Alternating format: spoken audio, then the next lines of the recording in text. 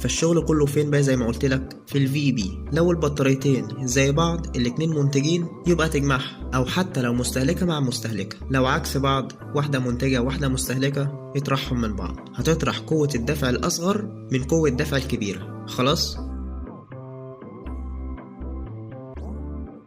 انا ليا تعقيب بس في حتة لما يكون في بطاريتين مستهلكين. فلما يكون في بطاريتين مستهلكين قلنا خلاص ان القوة الدفع الكهربية بتاعتهم بنجمعها مع بعض كمستهلك مع مستهلك، وكمان ليهم مقاومات داخلية هي كمان بتبقى مستهلكة. فانت كده عندك 4 حاجات مستهلكين، اللي هما القوة الدفع الكهربية بتاعة البطارية الأولى، والقوة الدفع الكهربية بتاعة البطارية التانية، والجهد الداخلي بتاعة البطارية الأولى، والجهد الداخلي بتاعة البطارية التانية. يبقى إذا عندك 4 حاجات مستهلكين.